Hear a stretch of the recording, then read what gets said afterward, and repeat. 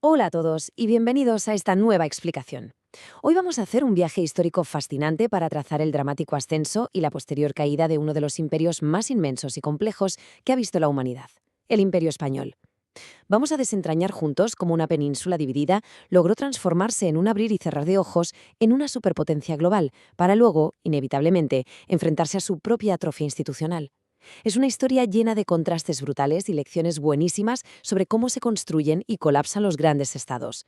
Así que, vamos al lío. Bueno, para no perdernos, esta es nuestra hoja de ruta de hoy. Primero veremos la unión y expansión, luego pasaremos al esplendor del imperio, su decadencia y crisis, el famosísimo Siglo de Oro y, para rematar, la Ilustración borbónica. Arrancamos con la sección 1, la unión y expansión.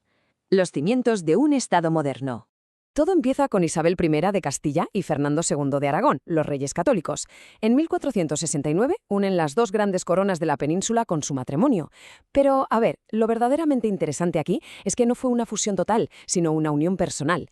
En la práctica, cada reino mantenía sus propias leyes, sus instituciones y bastante independencia.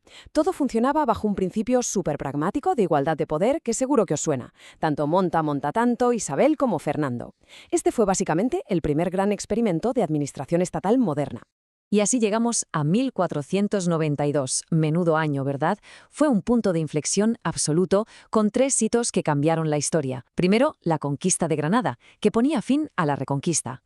Segundo, y esto lo cambió todo, el descubrimiento de América, que abrió una expansión comercial atlántica sin precedentes. Y tercero, algo clave para la identidad cultural. Antonio de Nebrija publica la primera gramática de la lengua castellana. En un solo año se pusieron los pilares territoriales y culturales de lo que sería la nación moderna. Ahora bien, los monarcas también querían blindar la unidad del Estado por dentro, y en aquella época eso significaba unidad religiosa sí o sí.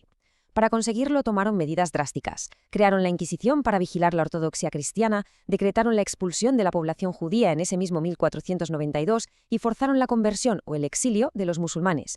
Y claro, os podéis imaginar que esto supuso un cambio demográfico y social gigantesco que marcaría a fuego los siglos siguientes. Pasamos a la sección 2. El esplendor del imperio. El cenit del siglo XVI.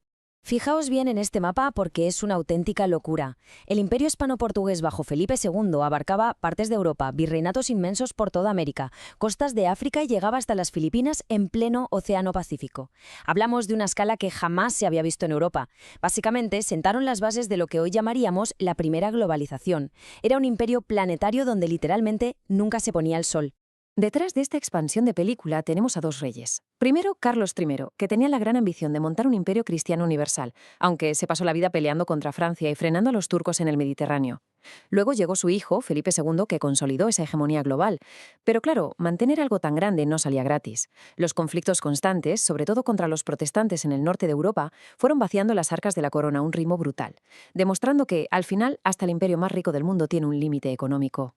Y tanta guerra tenía que pasar factura, dejándonos episodios verdaderamente oscuros. Uno de los fracasos más sonados fue el desastre de la Armada Invencible en 1588. Enviaron una flota gigantesca y lentísima contra Inglaterra, pero se encontraron con barcos ingleses mucho más ágiles y, para colmo, con unas tormentas espantosas que destrozaron las naves. La historia cuenta que, tras la catástrofe, Felipe II resumió la derrota con una frase legendaria: «Yo envié mis naves a luchar con los hombres, no contra los elementos». Lo que nos lleva a la sección 3, la decadencia y crisis. La atrofia del siglo XVII.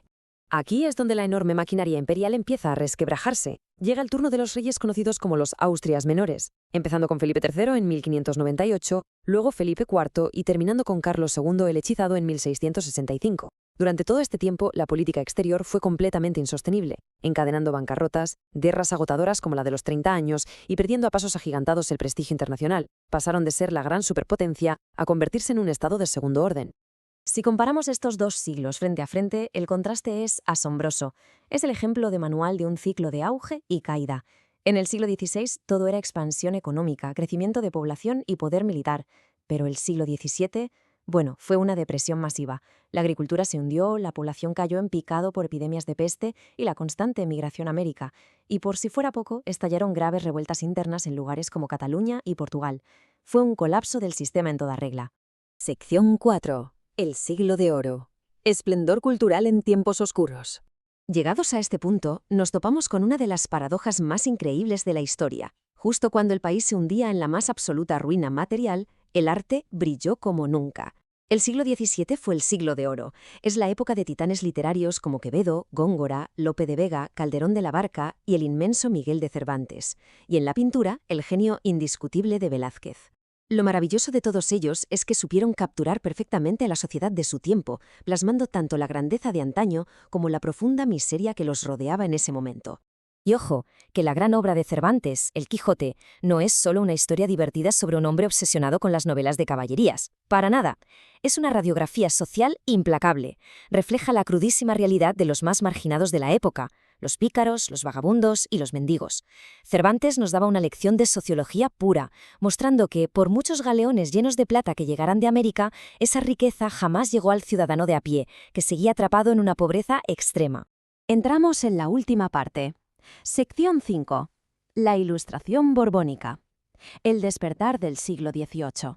En el año 1700 cambia todo. El último rey de los Habsburgo muere sin hijos y estalla la Guerra de Sucesión, un conflicto a nivel europeo que termina sentando en el trono a Felipe V. Así llegan los Borbones, la dinastía francesa. A Felipe V le seguirían Luis I, Fernando VI y un rey clave, Carlos III. Esta nueva casa real trajo consigo un estilo de gobernar completamente nuevo, mucho más centralizado, moderno y contagiado de las nuevas corrientes filosóficas europeas. Esas corrientes europeas trajeron a España algo fundamental, la Ilustración. Y no era una moda de la corte, sino un movimiento filosófico y científico superpotente. La idea principal era clara. La razón, el intelecto y la ciencia tenían que imponerse de una vez por todas sobre la superstición y el atraso. Por eso, el nuevo Estado se enfocó muchísimo en educar a la gente, promover la ciencia y construir infraestructuras que tuvieran una utilidad técnica real para modernizar el país de arriba abajo. La clave de toda esta mentalidad ilustrada se resume en una frase histórica que seguro que os suena. Todo para el pueblo, pero sin el pueblo. Esto es lo que conocemos como el despotismo ilustrado. Los monarcas borbones hicieron reformas estructurales muy necesarias para mejorar la vida de la gente, fomentando la cultura y la educación. Pero, eso sí, manteniendo el control absoluto y centralizado. Las decisiones venían desde arriba, desde la corona, sin consultar ni debatir absolutamente nada con la población. Para cerrar, me gustaría dejaros con una pregunta para pensar un poco. ¿Cómo es posible que el imperio más grande del mundo, construido a base de batallas, expansión territorial y fervor religioso, terminara guiado por la ciencia, la razón y la ilustración en apenas 3 siglos? Estudiar esta inmensa curva histórica nos recuerda que da igual lo imponente o poderosa que parezca una superpotencia. Si quiere sobrevivir en un mundo que cambia, tiene que adaptarse, aunque el proceso sea lento y doloroso. Esperamos que esta explicación os haya parecido tan fascinante como a nosotros. Hasta la próxima explicación.